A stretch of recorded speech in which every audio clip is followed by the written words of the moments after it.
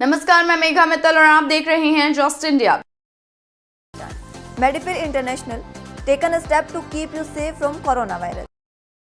पंजाब के अभिनेता संदीप सिंह सिद्धू उर्फ दीप सिद्धू व कथावाचक इकबाल सिंह से पूछताछ के बाद शुरुआती जांच में कुछ लोगों के खालिस्तानी समर्थकों से लिंक सामने आ रहे हैं।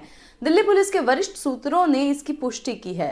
पुलिस अधिकारियों का कहना है कि सिद्धू व इकबाल के से खालिस्तान और खालिस्तान की ओर से फंडिंग को लेकर पूछताछ की जा रही है।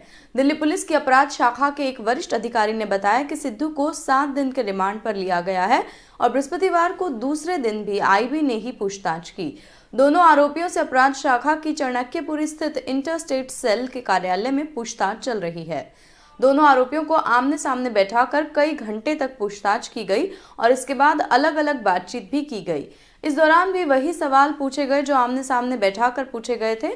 बालाजी टेलीफिल्म का लीगल हेड रह चुके दीप सिद्धू पंजाब के जिला मुक्तसर अंतर्गत गांव उदयकरण निवासी दीप सिद्धू ने पुणे स्थित सिम्बोसिस से बीएसएल और एलएलबी वर्ष 2004 में की थी। 2005 और 6 में एक वर्ष के लिए गोरेगांव मुंबई में सहारा इंडिया का लीगल सलाहकार के तौर पर काम किया और उसके बाद 2006 में मुंबई में एक लॉ फर्म ज्वाइन की। 2007 में उसने इंग्लैंड से सॉलिसिटर की पढ़ाई भी की है। बिहार के वैशाली जिले में एक नाबालिग के साथ अपहरण और दुष्कर्म करने का मामला सामने आया है। यही नहीं, आरोपियों ने नाबालिग के साथ दुष्कर्म करने के बाद उसकी हत्या कर शव को तालाब में फेंक दिया।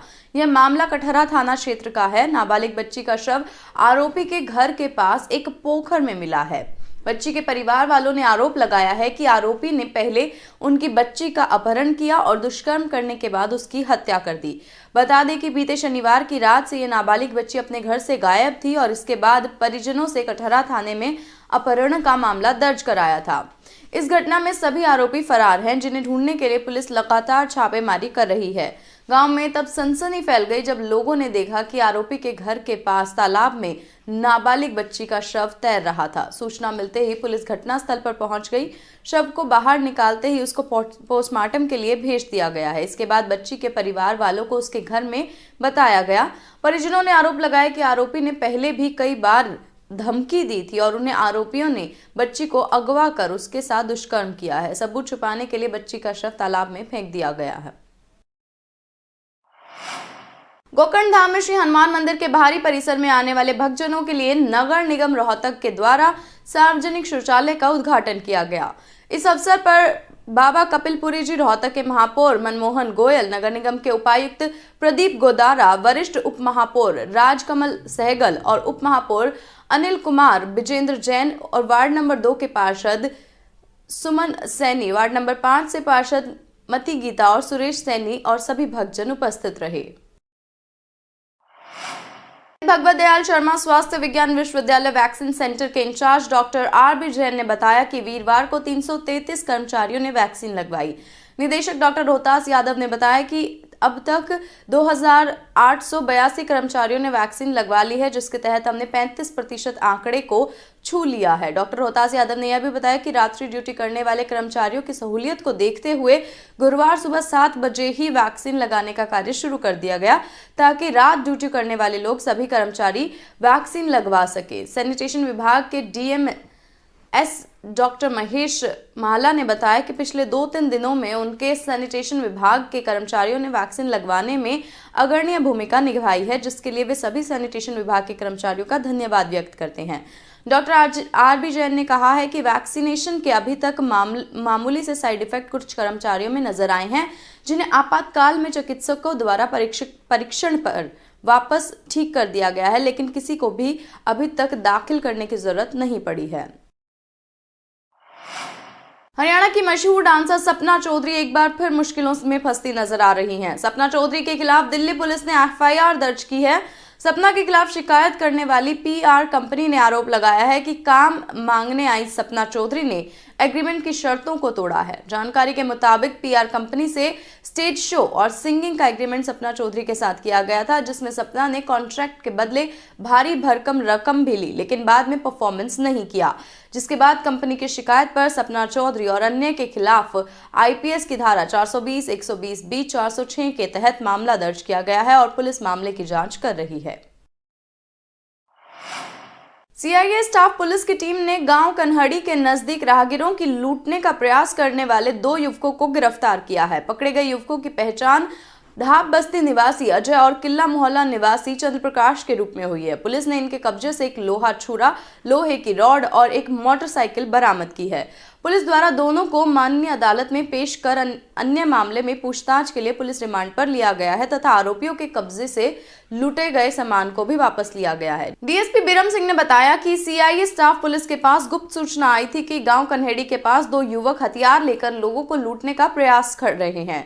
सीआईए इंचार्ज की देखरेख में आईएएस जयवीर सिंह के नेतृत्व में टीम का गठन किया गया, जो आरोपियों के पास गाड़ी से बत्ती उतार कर गई और उसके बाद आरोपियों ने पुलिस की गाड़ी पर लाइट मारकर रुकने का इशारा दिया। आरोपियों ने पुलिस की टीम को लूटने का प्रयास किया तो पुलिस ने दोनों आरोपियों को काबू कर लिया, जिनके कब्जे से लोहे का छुरा, लोहे की रॉड और मोटरसाइकिल बरामद की गई। हमारी सीआईए टोहाना की टीम जयवीर एएसआई के नेतृत्व में वो पेट्रोलिंग पे थी और हिसार रोड पे जो है उन्होंने ये 2 लड़के जो है ये आने जाने वाले को लूटने की कोशिश कर रहे थे, तो इनको गिरफ्तार किया गया। इनसे पूछताछ की गई तो पूछताछ में खुलासा हुआ कि इन्होंने पहले जो है वो 3 वारदात और की थी, जो पिस्टल दिखाकर जो है और उनसे मोबाइल फ़ोन और 1 से पैसे भी छीने थे, जो इनको गिरफ्तार करके कल पेश में अदालत में किया गया था।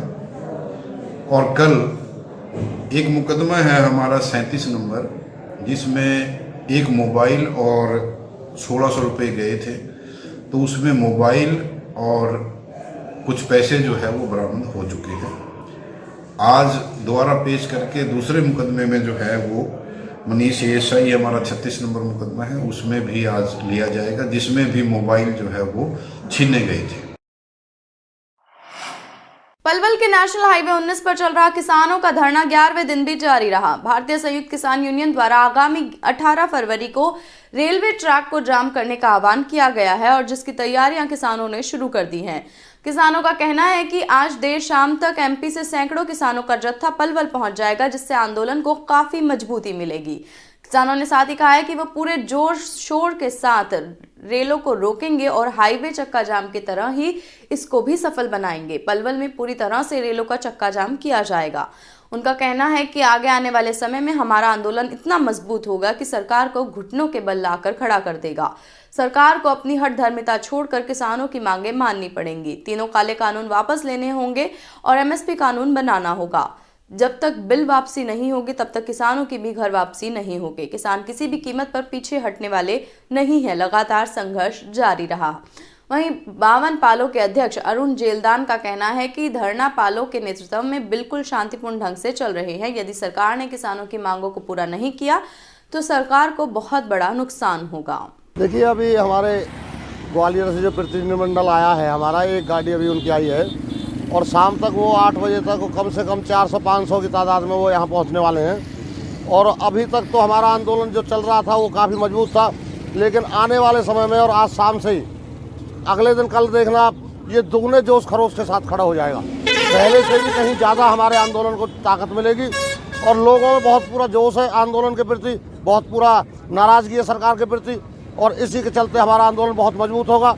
आने वाली 18 तारीख को जो हमारे किसान नेताओं ने, जो हमारे उच्च कोटि के सतर के नेता हैं, उन्होंने जो रेल रोको आंदोलन के लिए कहा है, हम पूरे जोर तोड़ के साथ में रेल रोकेंगे।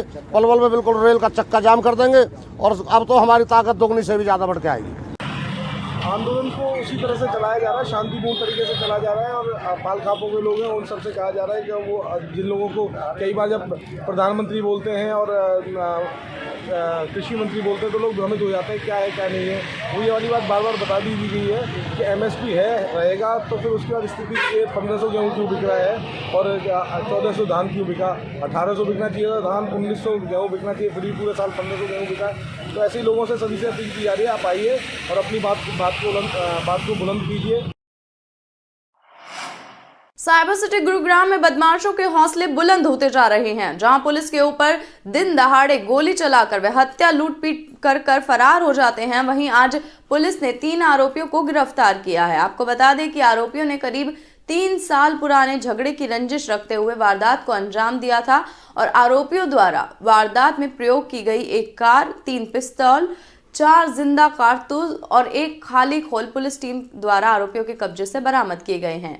23 जनवरी को कंट्रोल रूम गुरुग्राम से पुलिस चौकी धनकोट, थाना राजेंद्र पार्क गुरुग्राम में एक सूचना सुनील पुत्र हीरालाल निवासी गांव धनकोट को गोली मारने के संबंध में प्राप्त हुई, जिसके बाद पीड़ित के परिजनों ने पीड़ित को अच्छे इलाज के लिए मेदांता हॉस्पिटल दाखिल कर दिया।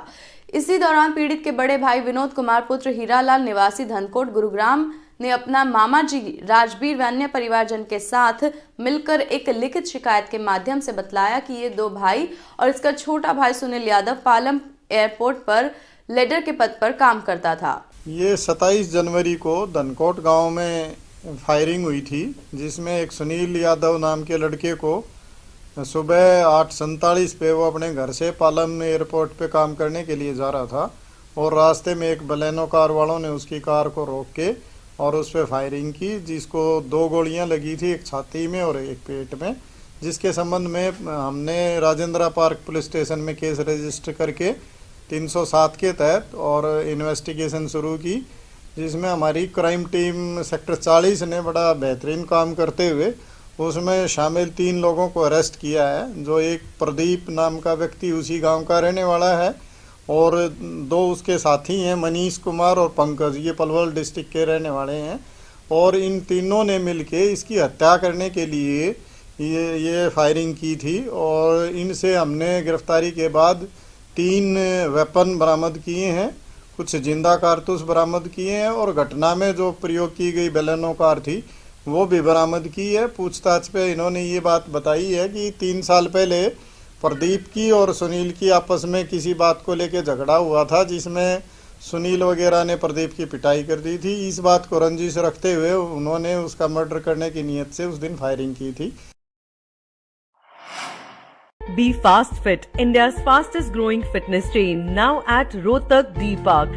जस्ट इंडिया की आज के बुलेटिन में बस इतना ही। देश और दुनिया की बाकी खबरों के लिए आप लगातार देखते रहिए जस्ट इंडिया। नमस्कार।